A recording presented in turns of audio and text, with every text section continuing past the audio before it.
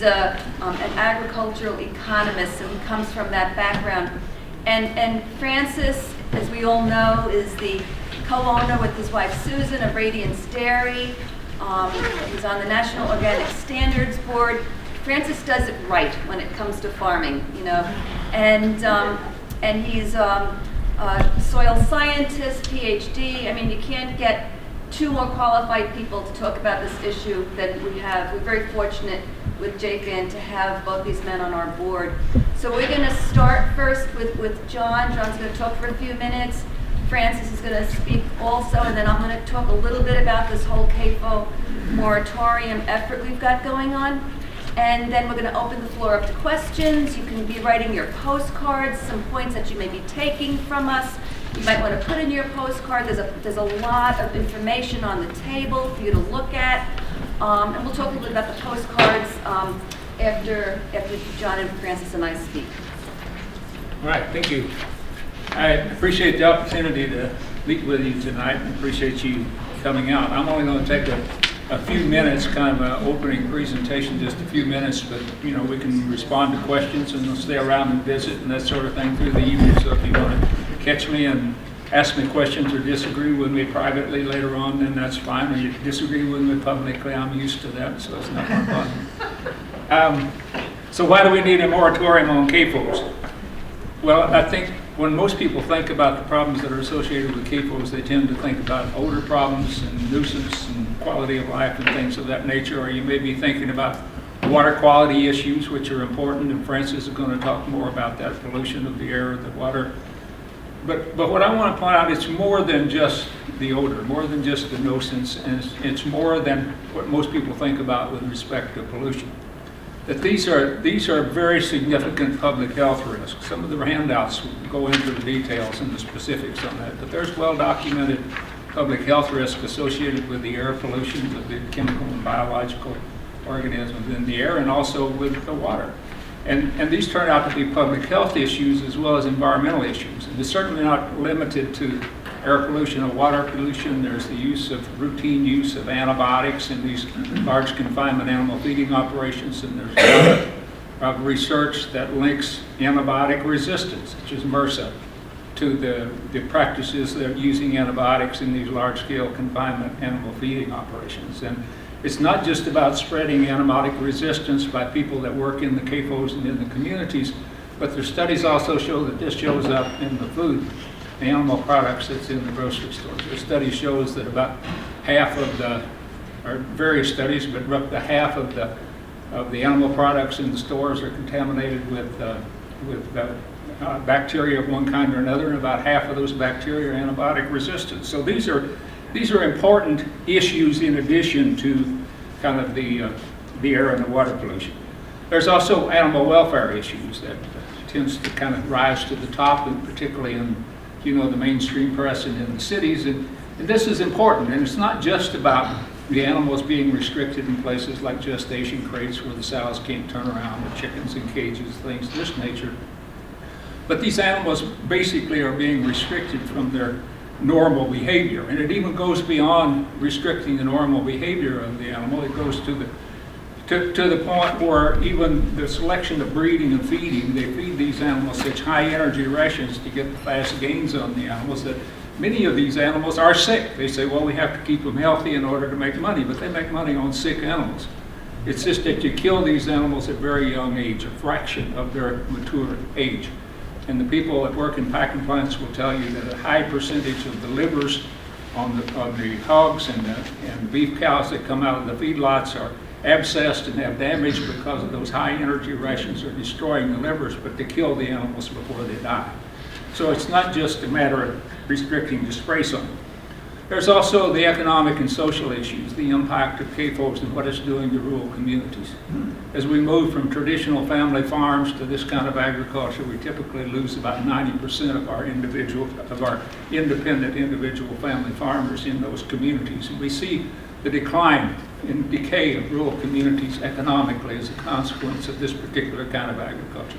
Larger and larger operations employing fewer and fewer people, lower and lower pay within rural communities. And it invariably kind of rips the social fabric of rural communities apart.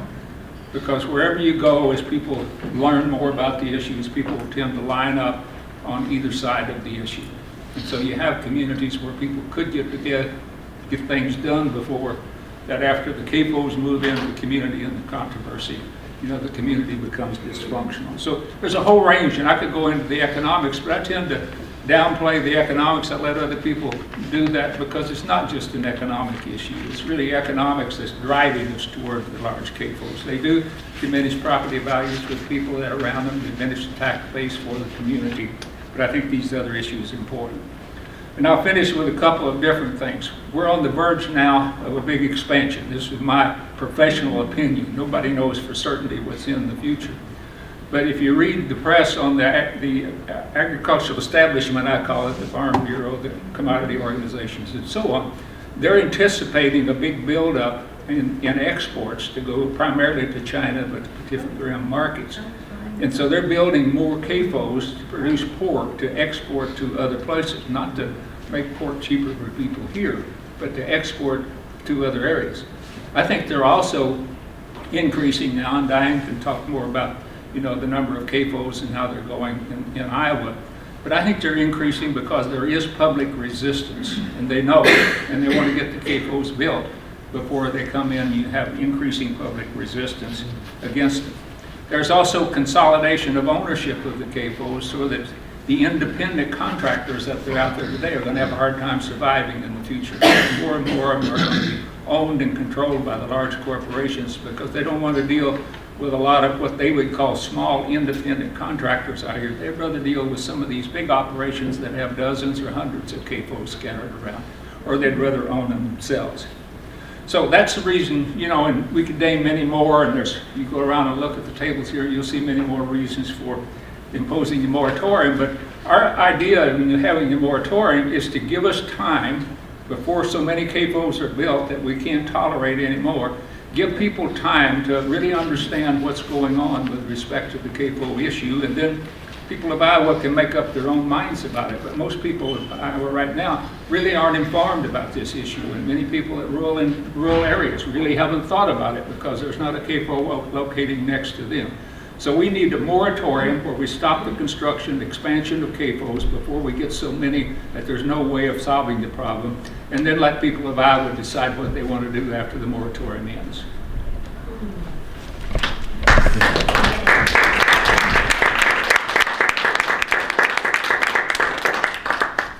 Well, I was just going, I haven't really prepared anything, but I have a few ideas I wanted to mention here.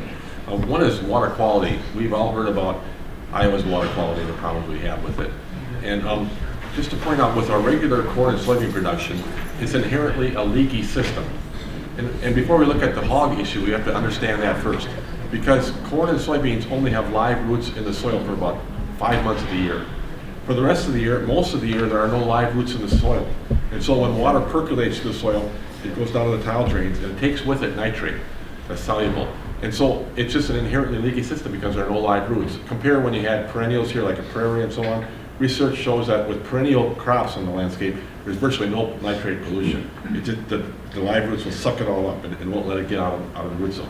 And so we have, and it's not well understood, even by farmers and especially by politicians, that our corn soybean system is inherently leaky. And we have to have some remedial practices like cover crops or complex rotations to solve that problem, which we aren't doing at a very wide scale at all.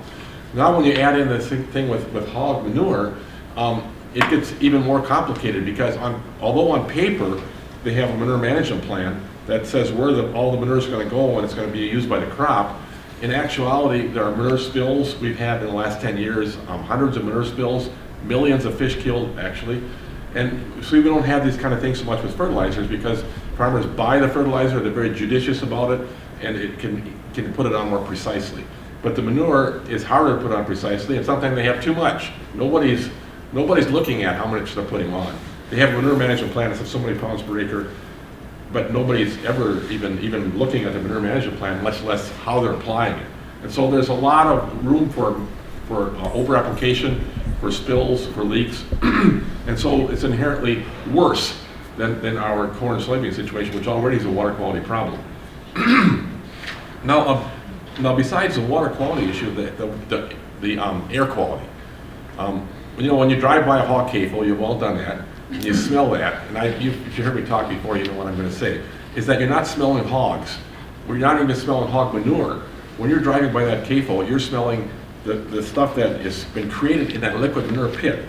Because the manure goes in a liquid form, it turns anaerobic, and it putrefies all the material in there, and it creates, research shows, about 300 volatile organic compounds.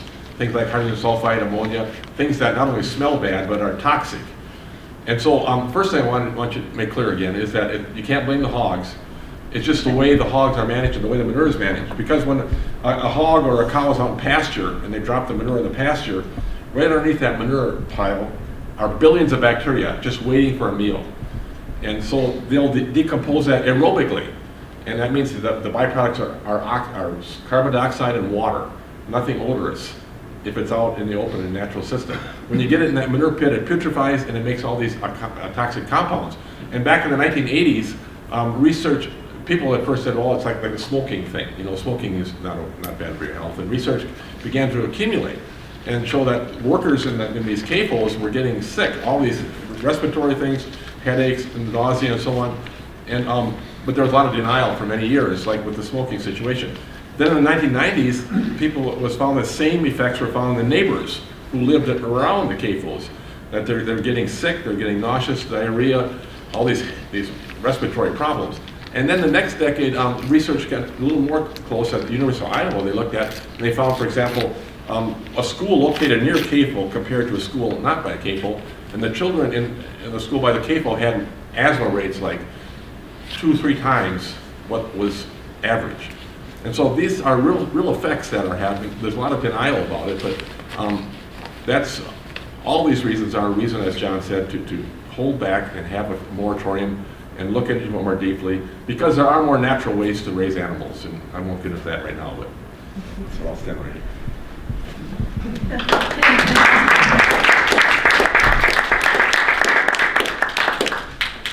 So I'm going to talk a little bit tonight about this whole movement around the state that is moving toward a moratorium and these moratorium resolutions. John was mentioning numbers before. This is a sign that the Iowa Alliance had at the Climate March on Saturday, in the soggy Climate March, and it has a lot of statistics. Now, we've got 22.4 million hogs at any one time in Iowa. About 48 million hogs each year are raised in the state. That's 70 million chickens, 13,000 factory farms, and that includes about 9,500 medium and large confinements, as well as about 4,000 small animal confinements that the DNR doesn't even track. 750 water body impairments in the state, 800 manure spills from 1996 to 2012. So that's not even including the last 4 years.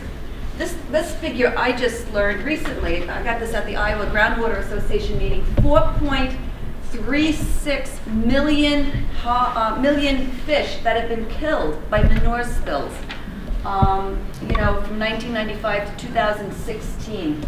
And this number, this is quite a startling number too. If you look at how much land, and we've got a map on that back table, if you look at how much land is available for crops, 63% of Iowa has, you can plant and grow crops, and if that was all used for manure that's coming out of the hog confinements, we have enough land for 45,700 hog confinements in the state. That's a lot of hogs. Just triple that 22.4 million. If it's bad now for many communities, just imagine what it would be like if that were tripled. And the industry is certainly moving toward more and more CAFOs because they're appealing and selling to an export market, China, Southeast Asia, what have you. About 26% of our pork products right now in Iowa go into exports. The Iowa consumption of pork, well, the national consumption of pork is pretty steady, so every new CAFO that you see going up, you can pretty much figure is going to be feeding people outside of the country, and we're getting the pollution issues. This is why the Iowa Alliance for Responsible Agriculture, which is a coalition of 25 and more and growing, national, state, and community organizations formed about 3 years ago to address the whole factory farming issue in Iowa. And it's why we went public last September with the call for a factory farm moratorium until we have less than 100 water impairments. And there's so many reasons to call for a moratorium. John was touching on some, and Francis too. But the Iowa Alliance focused on water quality because there's so much attention and concern about Iowa's deteriorating water quality in the state. So we understand that it takes a lot, and JFAN, I should say, JFAN is a member. We have a list in the back there of all the 25 organizations. There are a few that are not on that list because they don't want to be public about it, but are there to support us in every way. So we're working toward a moratorium in Iowa, and we all recognize that that's going to take time. This is not an overnight occurrence by any stretch of the imagination, especially given how much influence industrial agriculture has on our state legislature. So for the next few years, we are predominantly working on building a lot of public awareness and public education about the need for a factory farm moratorium. And this is where we've been kind of going with the Iowa Alliance. Now, interestingly, after IRA, as is known, or the Iowa Alliance, called for this moratorium, we did that in September. In November, Webster County independently called for a moratorium until the master matrix was addressed. They wrote a letter, and it's on some of these tables. We've got all these resolutions and letters on these various tables. You could walk around and see some of them. But the Webster County letter basically focused on a lot of real specific things about the problems with the master matrix, and they called for a moratorium until the master matrix was fixed. So why Webster County? Well, they're located right next to Wright County, which is getting that big prestige slaughterhouse that was originally going to try to go into Mason City, and the Mason City community basically said, no way. So it went to Wright County and Webster County already before they're even building the CAFO. The slaughterhouse is getting hit with a whole lot more CAFO. So they wrote their first letter. Pocahontas County, their sister county, followed in December with their own letter. And then simultaneously, up in Alameda County, there's some CAFOs that are being threatened on karst terrain, which is probably some of the worst possible terrain you could build a CAFO. It's basically shallow soil on limestone bedrock, which over time dissolves and creates these direct channels from the surface where the manure is spread down into the groundwater. And in that northeast area, there's a lot of really pristine waterways. There's these naturally reproducing trout streams, and everybody's like really worried about their groundwater, their wells, their streams getting contaminated. So Alameda County, at the beginning of the year, did their own resolution, but this time instead of a letter, they did a resolution. Winneshiek County followed within a couple of weeks, also very delicate karst terrain area. So as this is all taking place, this is even without the Iowa Alliance's campaign. When this is all going on, we initiated a campaign as well to reach out to a lot of our member counties, to also develop a resolution in support of a factory farm moratorium in many counties that IRA has a presence in. And that's why we're doing this here in Jefferson County. Right now we have 9 resolutions or letters that have been submitted to the state legislatures and the governor. And in addition to the ones I've mentioned, we've got Buchanan, Adair, Dickinson, and Cedar.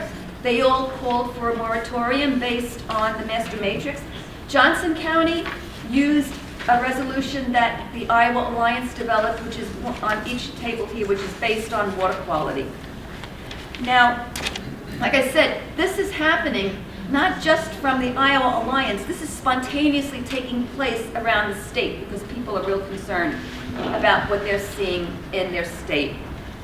Now, in Jefferson County, you would think this would be a no-brainer, given how many people are really very concerned about CAFOs in our county. But that's not the case, you know, so our supervisors need some encouragement. And that's why we developed this campaign, you know, with calling people to write letters and do these postcards and call and meet with your supervisors and, you know, sign a petition. We've got petitions on all the tables. If you haven't signed one of these petitions, please do so before the end of the evening. We've got about close to 900 signatures so far between our paper petitions and our move-on petitions. And we really want to, you know, bring more attention and bring more to bear upon our supervisors before we go back and say, let's discuss this again. They haven't initiated this on their own yet, but, you know, we're going to help them, you know, see that we really are serious about wanting to protect our state, our county, our homes, and our state. So a resolution just won't change any laws, but it sends a very strong message that the counties and the residents and this Iowa citizenry really want to protect our lives and our environment. So I really want to thank you all for coming tonight. So, you know, there's a bunch of different postcards on the table. We had to print some postcards up because the post office actually didn't have any. So you'll see we have stamps. You could just, you know, write your postcards. You could leave them here. Use any of the talking points that you feel are salient to you. And we'll mail them out. We'd love to get several hundred to our supervisors by the end of the week. So, you know, let people know that, you know, your friends, that they can be doing this. We have some refreshments here for everyone. You know, just help yourself. We've got a little donation jar if you want to help us cover some of the costs tonight. And then we're just going to turn it over for questions and writing. Yes, David? Diane, what's the difference between a resolution and a letter? Not much. Not much. Is it likely to have an impact? I mean, it's basically a request that the DNR pass a moratorium on CAFOs. Is that? It's a request to the state legislators. Not the DNR can only do what the state legislators Right, tell them that but they there was can one of these. do. But one of these requests the DNR to put a moratorium on. I noticed. I was looking at these. Yeah, I know. Each county does it a little bit differently. Okay. The Iowa Alliance is calling upon our legislators to impose a moratorium. It really has to come from that level. It would be like a law. And the resolution is just really a statement of support, either a resolution or a letter. It's a statement of support from a pretty large body of people in the state. And so it has political, I know Dee Sandquist had said at the first meeting that legally doesn't mean anything, you can't do anything. Well, no, it doesn't mean anything. It doesn't create a law. But, you know, it sends a clear message that our community is you know, feels strongly enough about this that we want to support this. So to follow up on that, it's not that if the county supervisors create a resolution, it does not mean that the sheriff is going to be at the border stopping construction of CAFOs in the county. No, it's not a law. It's not that would be an ordinance, which they can't do, you know, because the state basically says, you know, what you can and can't do when it comes to agriculture. No, this would basically say it's a statement of support. It's a symbolic statement of support, but it has political, you know, rather than any legal effects. Can I ask, do you know what a hog confinement has to do in terms of processing manure before it goes out or sits in the lagoon? Is it because we had to pay $16,000 a couple of years ago for a septic system in the county for 2 people who together our body weight equals 1 mature sow, about 250 pounds. Yeah. What is done, if you had 1,000 or 2,000 pigs, you'd have maybe a lagoon, right? Would you? You have an what underground kind pit. of processing is done? You'd have a pit? You have a pit, or there are some lagoons too in the county, some older ones. But then they have to do something with that. It just sits there? Or what? Yeah. You don't So- process it, they just, it sits there and it putrefies, and then when it's time to go out, they just go out, inject it in the soil, or spread it on the surface. Isn't there But there are no something wrong with requirements. this picture that 2 human beings would have to pay thousands and thousands of dollars to carefully process their waste? Mhm. I don't take antibiotics, I don't, I don't GMOs. But the sows, That's a good point. It's a real good maybe point. I'll There is. include it in my notes. Put it in your post. What we heard is that there is the same number of pathogens essentially in pig urine and feces as there would be in human urine and feces that sits around. I won't call it waste because it's only waste if you waste it. But Right.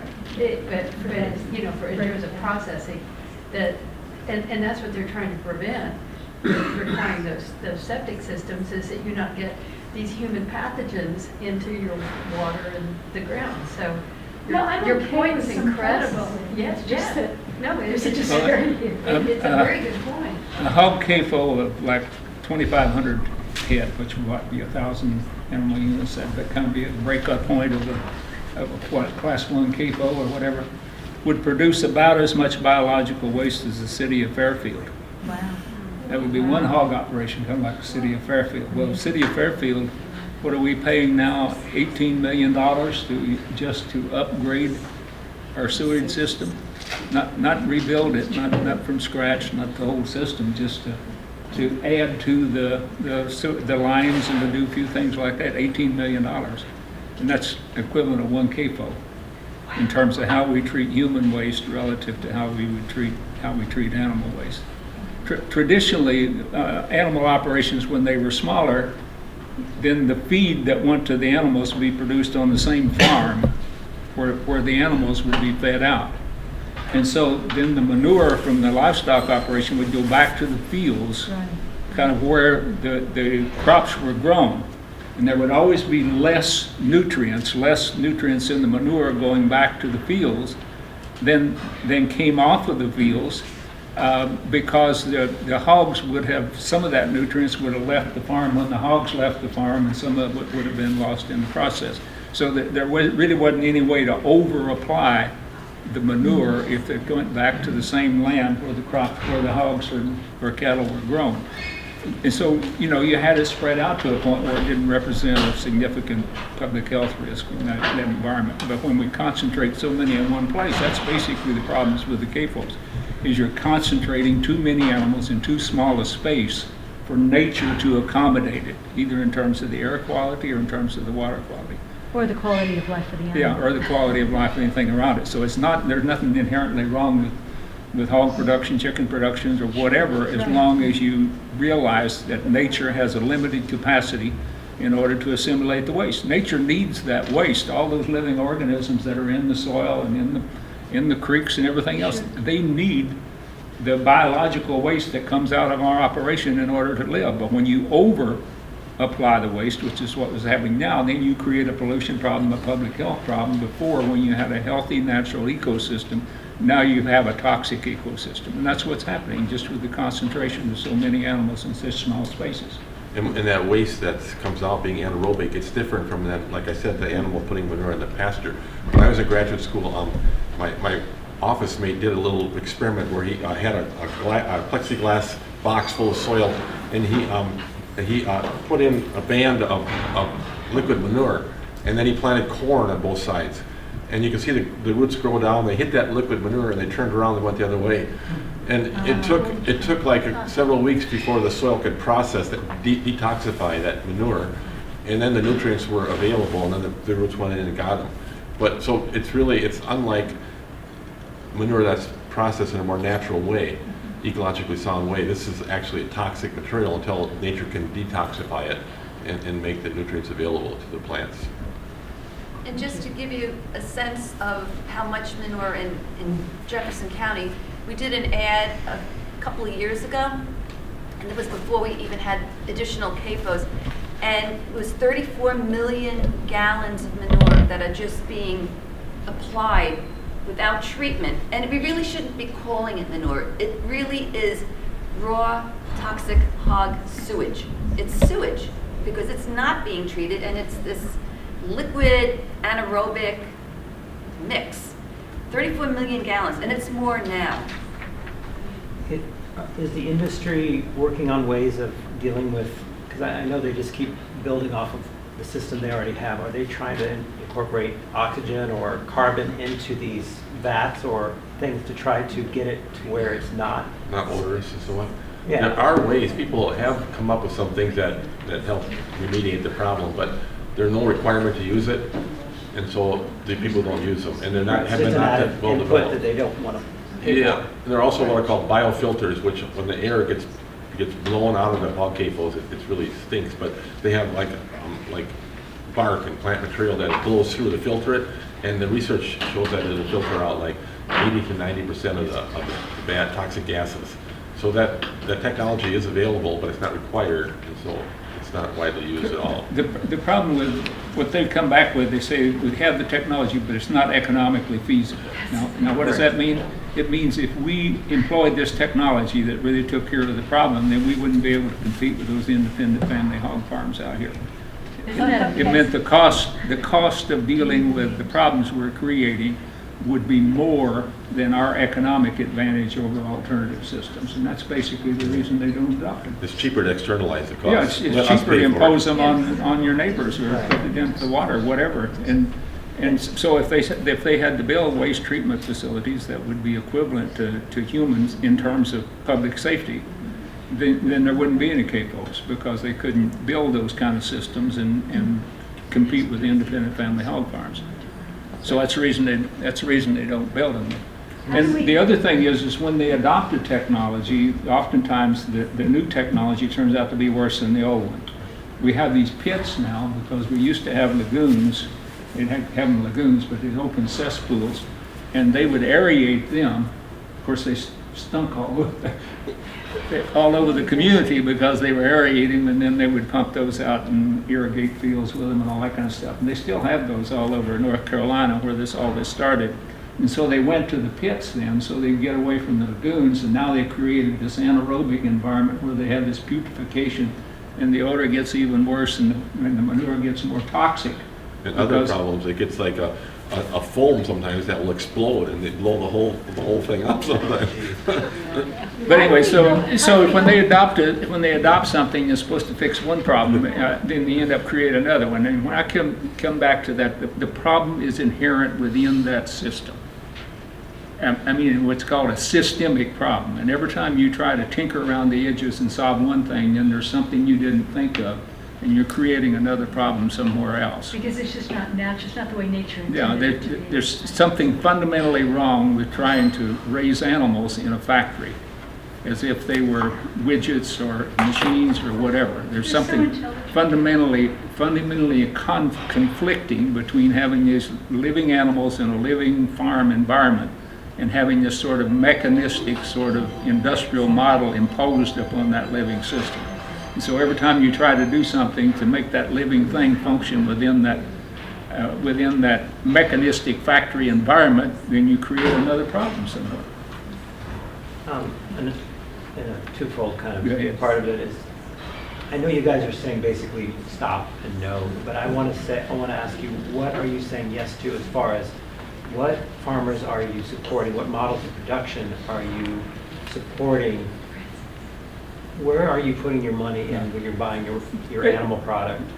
Yeah, there are alternatives that even Iowa State University has come out with on hog operations. There's quite a few people around use them. The hoop house systems, these are open, kind of look like hoop houses because they put them out, they kind of like a greenhouse or something, covered with plastic, and has concrete sides. But anyway, the hogs are raised in a deep bedded system. They come in and bed it with straw or corn stalks or whatever, and they move the hogs in there, and they keep building up the bedding while the hogs are in there, so they're always in a dry environment. And then when the hogs are moved out, then they come in with front-end loaders and take out the bedding with the hog manure and urine in it, and then they compost that.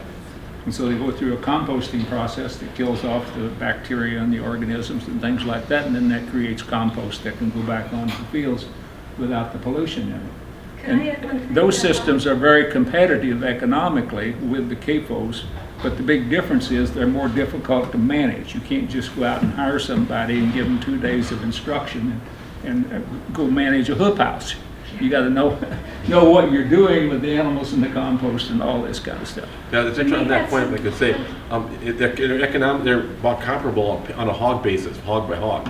But for one family or farmer, they can only manage so many. But if you are a CAFO owner, you can own it and you can hire somebody cheap.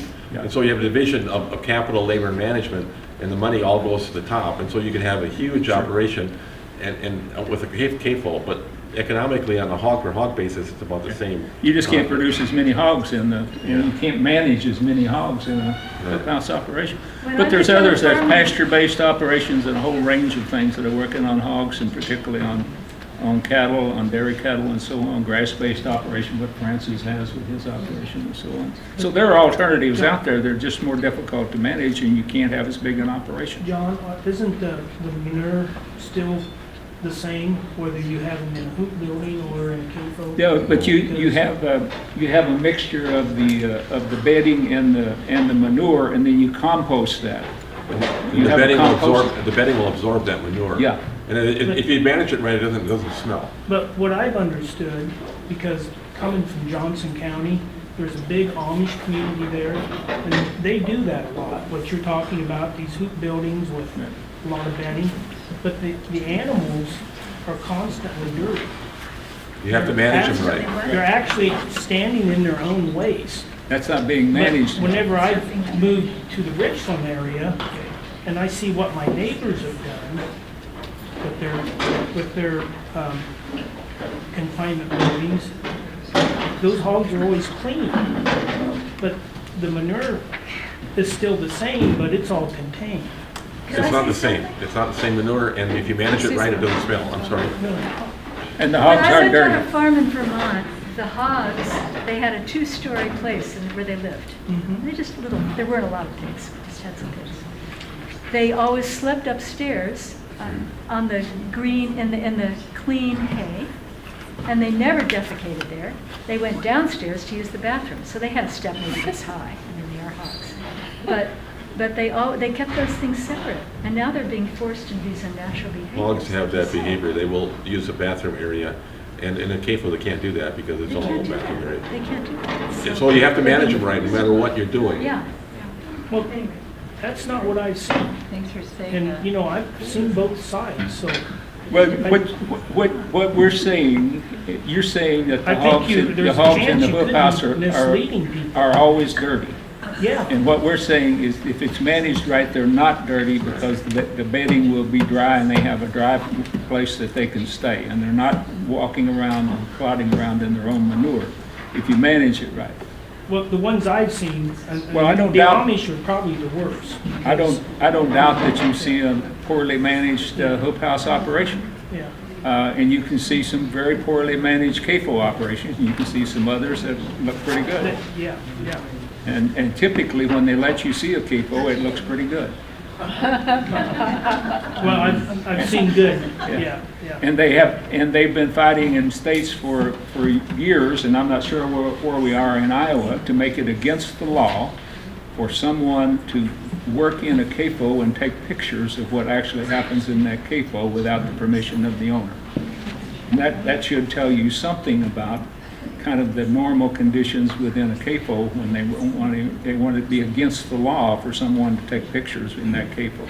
Doesn't that have more to do with the biosecurity part of it, as far as? That's the Farm Bureau line. Yeah, I mean, that's. No, there's people that working there. People that they would be people that were working there that would be in the CAFO anyway, but they say you can't take a picture. Well, you're already in there. That's not biosecurity Through my if you're in there. experience, and, I've got to see both sides of the story. You're exactly right. There's some very good operators and managers, and then there's the very poor ones. And the poor ones is what make it worse for the good operators. Yeah. And so, you know, as a younger person, when I worked for the Peace Corps, the most disturbing thing I ever seen was somebody that was hungry. And I don't think there's probably anybody in this room that has ever suffered the pangs of hunger. No, I beg to differ.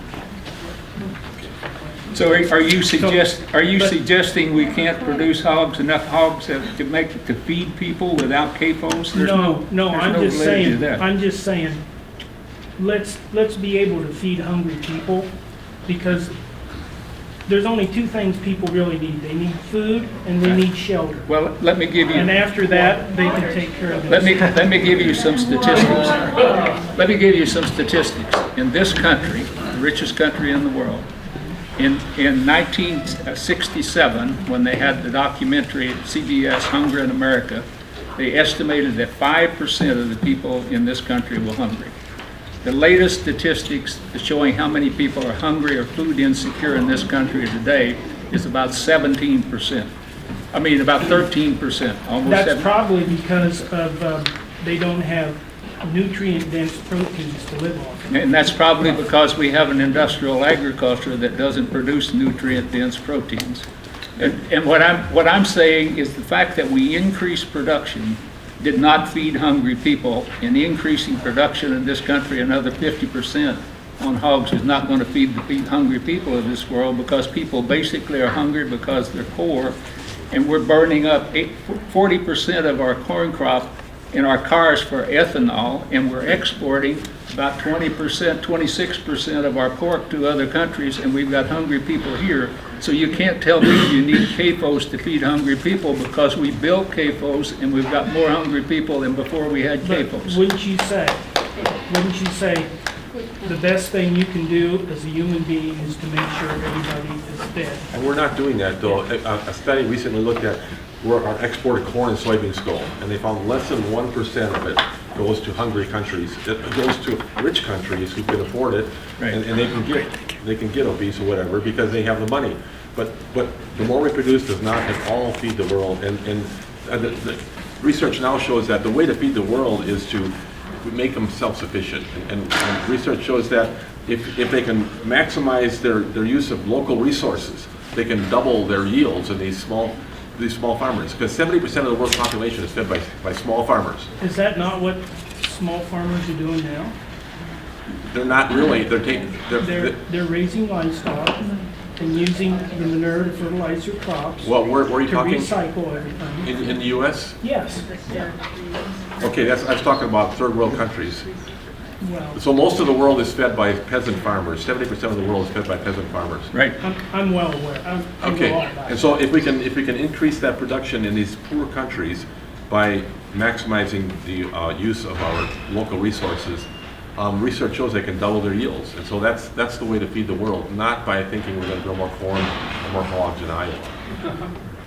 But once again, getting back to the point that I'm making, there's nothing worse than to see a Yeah. young person starve. Well, that's a straw man argument, yeah. Yeah, but that has nothing, what I'm saying is it has nothing to do with the fact that you're producing more. It has to do with us accepting responsibility to make sure that everybody in the community. Exactly right. That's what I'm And that saying. requires us working through government to basically see food as a basic human right that people get Exactly, I regardless. agree with you 100%. Well, industrial yes. agriculture isn't taking us that direction. It's taking us exactly the opposite by trying to convince people that if we make agriculture more efficient and food cheaper, then we're going to feed hungry people. I spent 15 years of my academic career believing that myth until I understood that it wasn't working and it wasn't going to work, and so I changed directions and said, if I'm concerned about hungry people, then I need to quit supporting industrial agriculture to see if we can't fix this problem. And that's the reason I'm here today at my age, being retired for 17 years, continuing to preach this, because I believe that we have to do something fundamentally different if we really care about feeding hungry people. Another point is that thank you. Another point is that I understand that it takes 20 pounds of corn to make 1 pound of pork, And so if we didn't have so many pigs, if we could just feed the people with the 20 pounds of corn, we could feed more people. That's a statistic I read. I might be wrong. I think the numbers might be like 4 to 1 or something. 4 to 1? Something like that, but yeah. John, as far as the ethanol thing, most of the byproducts that come from the ethanol plant go back into the feed. Some, what percent? About a third of the corn comes back as byproduct, yeah.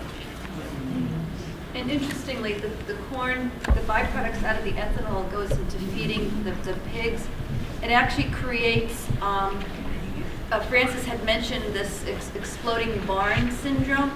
It actually creates more methane production in the animals, and it creates more hydrogen sulfide production in the animals. So it actually creates more of an environmental hazard, that they're eating these dried distiller grains, in their feed, because the feed, it makes it harder for the animals to digest it. So you get this methane production and what have you. So it's actually a little bit of an issue that people aren't really addressing.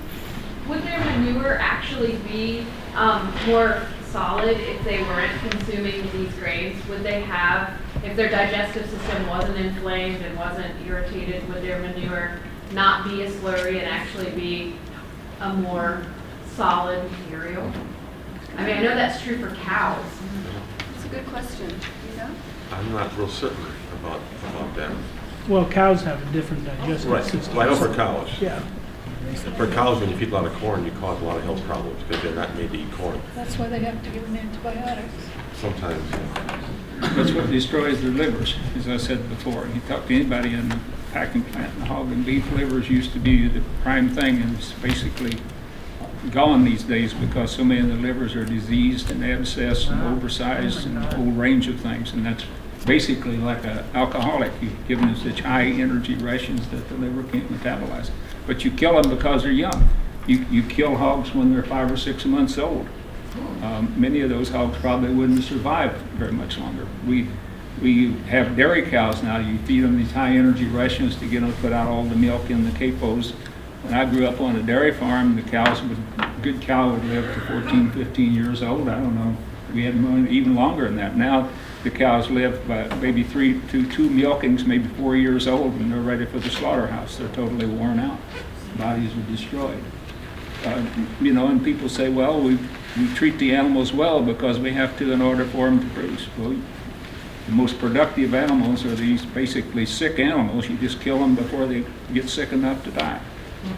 Indeed, I think you're right. If you had animals on pasture, like more grass, more fiber, you would have more solid. Right, or actually be able to re-inoculate their digestive tract with the healthy microbes that would help them digest their food properly, but they're just not meant to be living off of that low quality food source, high carb, low quality. That's mine. John or Francis, do you think if we move to a more grass-fed, grass-finished, herbivore sourcing our meat as a nation and less on chicken and pork, would we be sitting better with our environment and with what's going on in our country? Well, Francis talked more directly to that from a scientific standpoint. The way I look at it, the basic problem is we're functioning in a way that's too much in conflict with the way nature basically is designed to function.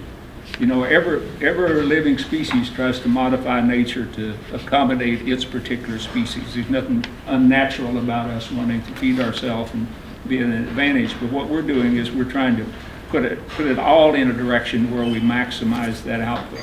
I think if we had a sustainable sort of animal agriculture, the animals would be produced in a way that's more in harmony, more with the way they're basically designed.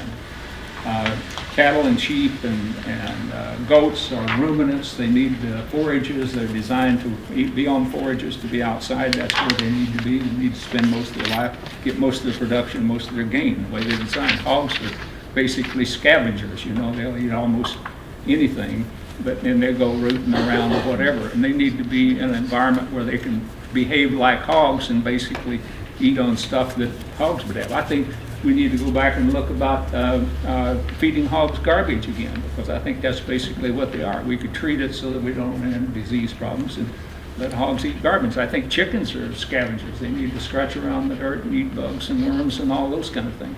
So if we designed our animal agricultural system to be more like those natural systems, not just turning them loose back into nature, but tried to design our production system so that the animals could be in a more natural environment, whatever, I think we would still have animal agriculture, we'd still have a productive agriculture, we'd probably eat less meat because we'd have fewer animals, we wouldn't be force feeding them to get the maximum production out of them, but we'd have healthy animals, we'd have healthy agriculture, healthy meat, healthy communities, healthy people, healthy environment.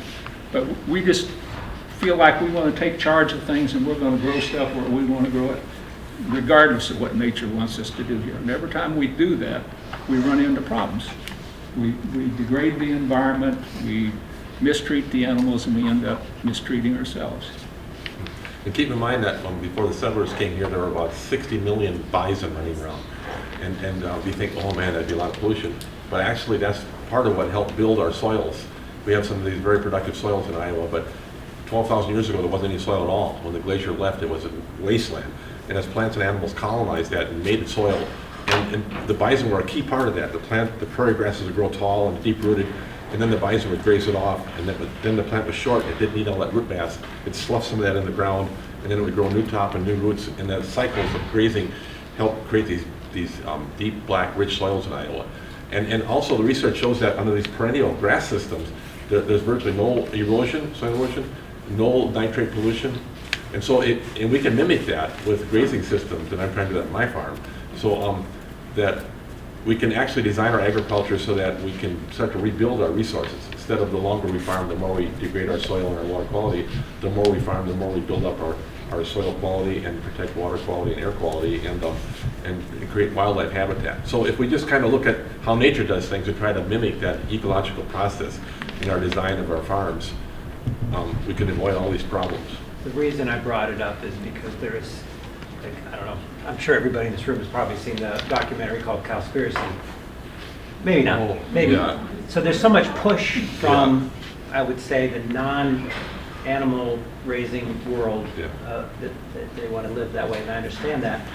But they're not really viewing this niche of working with nature, maybe what stuff They're that- looking at industrial agriculture, Yes. seeing how bad it is. Right, and they're not- looking at that model and Yeah. not really understanding that there's another way, there's another way Yeah. to raise animals. Exactly.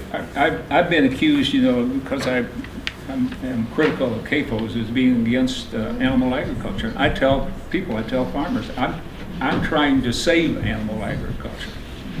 Because I think if we don't change the way that we produce animals, then you're going to have the whole of society say, okay, we're just not going to eat animal products.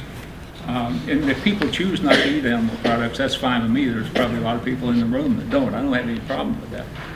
But I'm saying for those people that believe in animal agriculture, you're going to lose animal agriculture if we continue to treat animals and raise animals in the environment we are. And another thing, as far as people in rural communities and people in farmers and others that are conventional, most farmers don't have CAFOs, is what's happening in these confinement animal feeding operations is really destroying decades, if not centuries, of goodwill built up by farmers relative to the general public. The general public historically has trusted farmers to take care of the land, to care for their animals, to care about the community, and that public trust is being eroded year after year, day after day. And it's being eroded by a very small number of people that want to run these big confinement animal feeding operations, and it's destroying the reputation of millions, or not that many farmers left anymore in terms of millions, there's about 1 million of them, but thousands of farmers are having their reputation destroyed by something that they're not doing at all and wouldn't even do themselves. So I think, we need a moratorium on CAFOs, and we need time for people to stop and think about what we're doing and to ask questions, like you've asked questions, and to state your opinion and let people listen to both sides of the issue. We need time for people to make up their mind about how they feel about this before it's too late. there's a reason that the DNR calculated how many animals that you could put out here on Iowa, right? Somebody went to DNR and said, how many CAFOs could we possibly build? Well, why did they ask that? It's because they want to know how far they can expand and still have manure management plans that DNR will pass. So we're kind of making the U.S. a third world country for China in some ways. It is. China has, this bought part of the hog industry and for shipping it to China, so we're the dumping ground. It's kind of ironic that we become the third world country for what we used to think was third world countries. We're becoming their colony. Well, I don't want to go too far off base, but these things that we have in our hands, I mean, if you've ever delved into where the materials come from and what it does in the Congo, I mean, Blood Diamonds is just scratching the surface if you want to start with that movie. But we all have a little bit of sin going on here, but this is our background. I don't have anything. It's a one-time against- sin. I don't. Capos is every day. Well, every upgrade you get, I don't have anything. trace it back. I don't have It's a anything sad against story. international trade. It just needs to be mutually beneficial. Right. One trading partner should not exploit the other trading partner, regardless of whether it's us exploiting somebody else or somebody exploiting us. I got a question. Someone was saying manure is all the same, but I don't think that's true. I think when you put it in these big lagoons with all the chemicals and all the garbage and let it sit there for like hours, day, months, years, it gets really creepy and you get all this anaerobic stuff produced. And It's not really manure anymore. Because I used to feed the pigs on my grandfather's farm and they would go on the ground and it was no big deal. I mean, it just goes back into the dirt. Well, it doesn't get a chance to. When you dump it in a lagoon with all those weird antibiotics and stuff, it's not the same at all. Well, it's not manure anymore. It's been No. transformed. It becomes quite creepy. And It's like when you what eat food, you digest it. It's no Yeah, longer, yeah. when it comes out, it's no longer food. Right. In the same way that manure is no longer manure when it gets used. And I read somewhere that if you're in a cave when the lights go out and the electricity goes off, everybody dies really fast. So that's not, Depending upon how it's mixed and so on.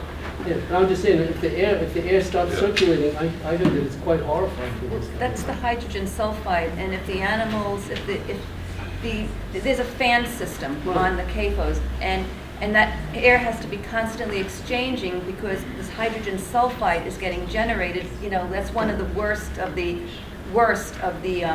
toxins that are getting generated, and so if the lights go out, it won't happen like right away, but maybe like within an hour, it could start, the hogs can start to die Well, off. for the people. And then sometimes people, like when they churn, they have to churn the manure sometimes to aerate it or what have you, and you can't be in that building when they're doing that because the hydrogen sulfide comes off the pit and it can kill people. And there's like, one or two or more people every year that die because they get overtaken by the hydrogen sulfide fumes in the CAFOs. Diane, we got a lot more people here. Do you Yes. want to explain to them again about Yes. the So for those of you that have come in after we kind of went over this, we have all these postcards, and we're asking if you would write postcards to our supervisors. All the supervisors named Dee Sandquist, Lee Dinnett, and Dick Reed are up here. You could write one to each. There's all these talking points that if you want to write, how you feel about a CAFO moratorium resolution and why, and you could use some of these talking points, just kind of, right from your heart, right from, there's plenty of documented impacts of CAFOs on the health and the environment of communities. And, you can give us these postcards at the end of the night. We'll mail them for you. We should have stamps on the tables, or don't worry about it. If you run out of stamps, we'll get a stamp on there. And so also, if you haven't signed either our online petition or seen us in Everybody's a couple weeks ago, we've got petitions on the table. Please take a moment and sign those too. We've got about, close to 900 signatures so far. I'd love for us to get about 1,200. And then as soon as we have, we hit our range of 1,200, and we keep getting a lot of the message to our supervisors that we want a moratorium resolution in the state, in Jefferson County, we'll bring this up, I'll approach our supervisors again and get S to be put back on the agenda to have a discussion. We'll present the petition signatures, and they will have gotten a lot of phone calls and emails and postcards and letters and what have you, and we're hoping that will help them see that we do support, a lot of people in Jefferson County do support a moratorium. We just had an ad that came out in Friday's paper on a CAFO moratorium. A lot of the facts on that sign are quoted in there, and it's going to come out in the town crier tomorrow also. So, if you see it, you're going to share it with your friends, feel free to do that. David? Diane, I saw on the table I guess it's a sample moratorium Yes. request. That's the one that the Iowa Alliance put together, yes. And I wonder if there's a website where that can be accessed electronically, so that in the postcard you might reference it and say, go to this link. And I have to put it on the Iowa Alliance website, but it is on the JFAN website right now. All the resolutions right now are on the JFAN website. Do we send these to the courthouse? Yes, the address, I have the addresses on the table. Oh, JFAN website thank is you. Facebook Okay. /JFAN. No, it's jfaniowa.org. That's our Facebook page. But our website is jfaniowa.org. And the Iowa Alliance website, which has a lot of really good information on it, is cleaniowanow.org. Any other questions, Susan? Yeah, I was just going to say that you might have said this before I came in, but you probably have the emails of these supervisors, so if people want to write a second letter, maybe with the details and the references, they can do that, and then tell their friends who didn't come here to write. Yeah, if everyone could do that. All that information is on our JFAN website. If you go to the JFAN website on our home page, you'll see some links about taking action, and then it'll take you to a page with all that information, addresses and things you can do, and links to talking points, that type of thing. Please do share this with your friends. If you want to take a few postcards with you tonight and give them to people that you think will write them and send them in, feel free to do that. Any other questions for John or Francis? Hey, Francis, could you go into a little more detail about how CAFO manure is different from aerobic manure Yes. in terms of microbiology, and what would have to be done to CAFO manure to bring it up to the standard? Well, yeah, to bring it up is a question, but what happens with regular manure, when it comes out of the animal, it's in the atmosphere, and it's just a small amount usually, like it's in the pasture, and it doesn't have enough mass to turn anaerobic. But when you put that all together in a pit or in a lagoon, then it'll turn anaerobic. There's not enough oxygen, and so then as it tries to decompose, instead of making carbon dioxide and water, there's not enough oxygen to make carbon dioxide. And what it'll do is it'll create all these compounds, or like 300 volatile organic compounds. And so it takes it as far, it degrades it as far as it can, but it can't go all the way to carbon dioxide. And so you get all these different compounds. Now to make that back like regular manure is not easy. You'd have to compost it. So you have to have a compost row and a turner. But if you were to aerate it constantly in the pit, then you could you'd have a different product, because you would have enough oxygen to make the decomposition go in the aerobic direction. But not many people do that, and even that, I understand technically is a little bit tricky. Some of the systems they tried to do that with, it doesn't seem to really work right, and it doesn't seem to come out right. So to me, the best way is if you have the animal out in the natural environment, and it happens naturally. When the cow is out in the pasture, they drop their manure there, it degrades right where it needs to be, and it actually contributes to the soil fertility. And it's part of the whole natural cycle, like the bison were years ago. So that's the ideal way, but to take it and convert it back to something better again, that's not easy. Doesn't it have to do with what they eat also? Because if you're eating vegetables, it's different than if you're eating all this, It would definitely make the composition different, but even if you're eating the better foods and you put it in there, there's no oxygen, you're going to get the same problem. Yeah. If you ever look, Sora, there's a list we have, I don't know if I have it on the JFAN website, but there's a list of the environmental health perspectives put together. It's a list of all the ingredients that go in the feed that the animals get. And it's pretty horrifying when you, when you look at what their feed is. It can contain other animal parts, you know, so it's almost like a little bit of a cannibalistic type of ingredient. Heavy metals besides the antibiotics. Sometimes candy, you know, sometimes particularly cows are fed candy sometimes because it's a fast and cheap way of Waste fattening them up. candy. Yeah, Waste candy. I mean, it's just an unbelievable amount of garbage that these animals eat in their feed. And all of that is going into the manure, which then goes into the soil, which then goes into, you know, our waters. It's like the antibiotics, the heavy metals. You could have, you know, there are some treatments for manure which are like methane digesters. And so what they do is they kind of burn it up and they create like an energy. You know, they're hugely expensive and there's a lot of mixed feelings as to, you know, how good this works and what have you. It can take care of a lot of these issues, but it can't take care of the heavy metals. So you still get all those heavy metals going into the soil, which goes into your food, which goes into the water and what have you. So it's, you know, it's a whole lot better when they eat the grass, you know, and the hay and everything. That's why I was going back to the point about, should we be eating more grass-fed herbivores and skip all this BS with the cow, with the chickens and the pork? Because if we can eat from a clean model, why don't we jump on that? Well, you can They all eat, can be raised in a clean model. they all can. Yeah. We were doing it. But I mean, that's economically where we can really put our money. Where I grew up down in Ozarks, down in South Missouri, you know, back in the old days, they'd run the hogs in the woods and they'd fatten them on acorns.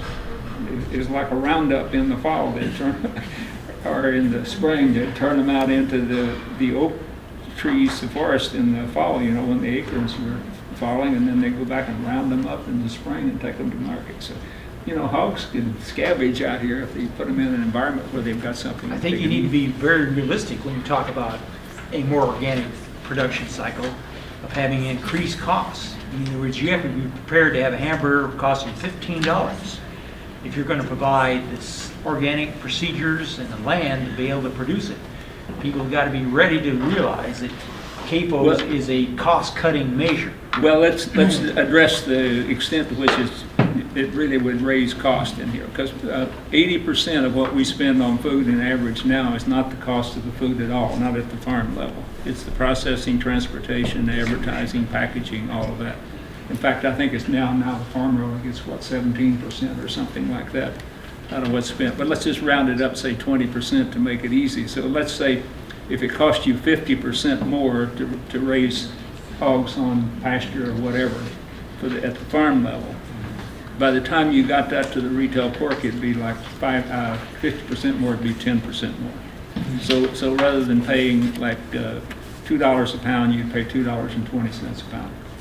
So, you know, and that's 50% increase. Most of the estimates, if we went through the transition, like we say on the hoof house hogs, you can raise them at the same amount. You just wouldn't be able to produce as much. So it's only the change in what that return to that manager is the actual difference in cost on those operations. So you probably talk the estimates where they've run these through the models. The estimates would be that if you took just the increase at farm level cost, we'd be talking to something like 8 to 12% increase in food prices due to the farm level cost increases from moving to a grass-based, sustainable kind of agricultural system. So if Neiman Ranch is charging more than that, it's simply because there's not enough supply. Yeah, and we don't have an So- efficient means of getting that alternative product from the farm level to the customer. And so the people that are involved in it, like Whole Foods and various other people, they tack on a very large margin because they're dealing with a small quantity of product, and they treat it as a kind of a niche, high value market. But if we went through the whole transition, the total cost would be about what we paid in terms of increased food prices when we started to burn up 40% of our corn crop for ethanol. We've already paid for it, we just haven't gotten it.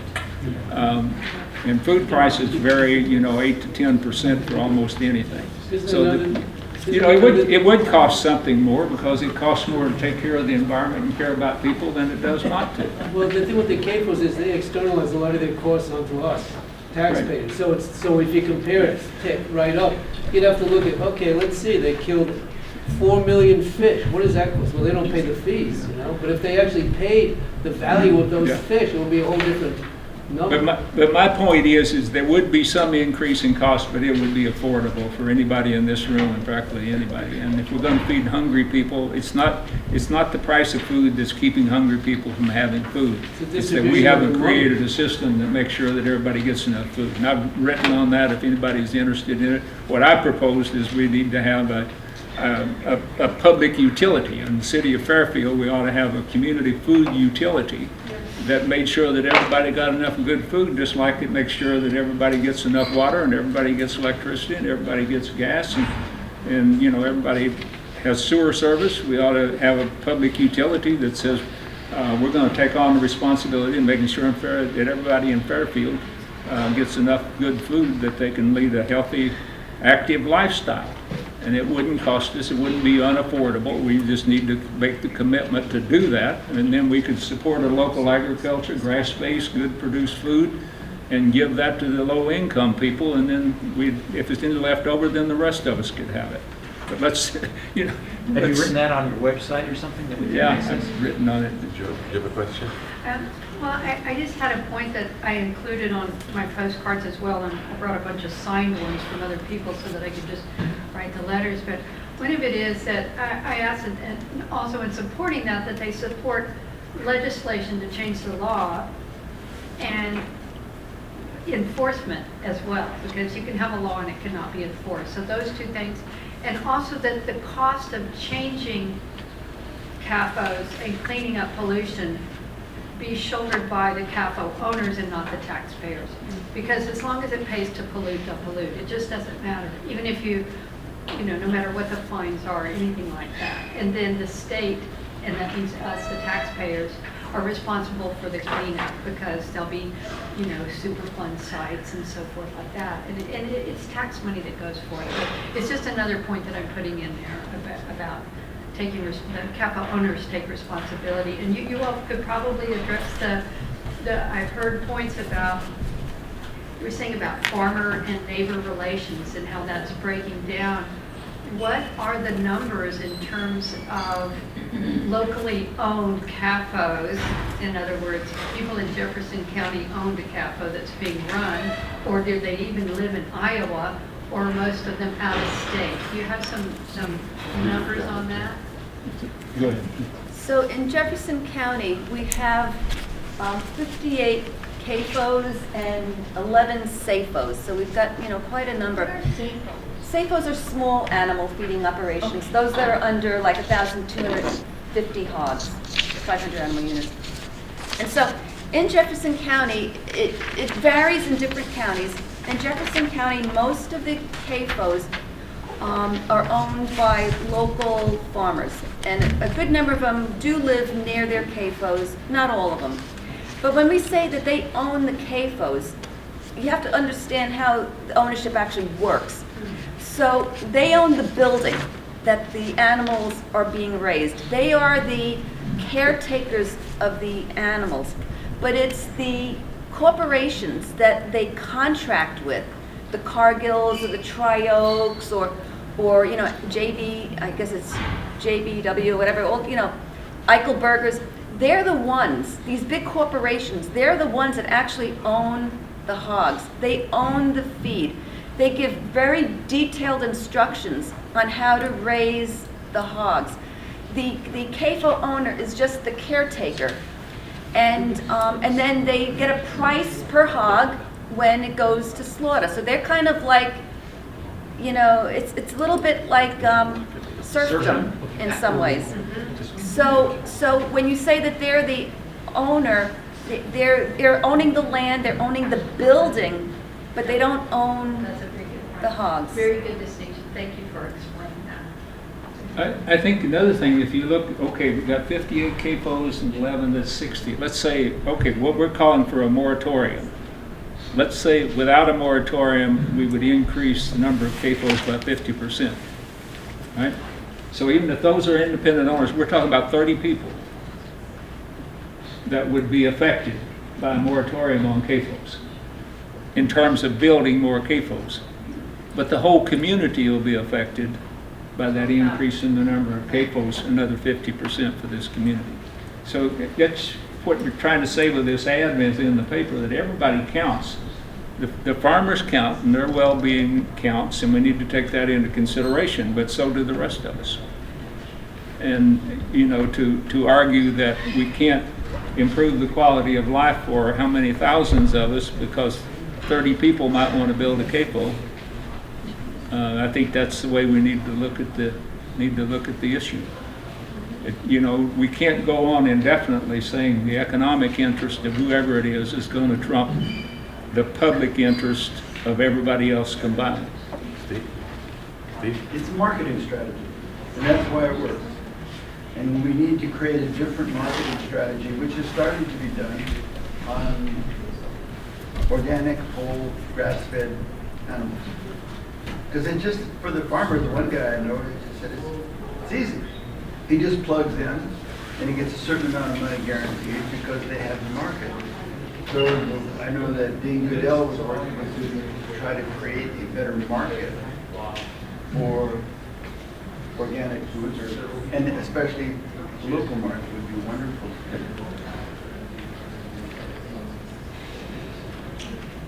Educating consumers.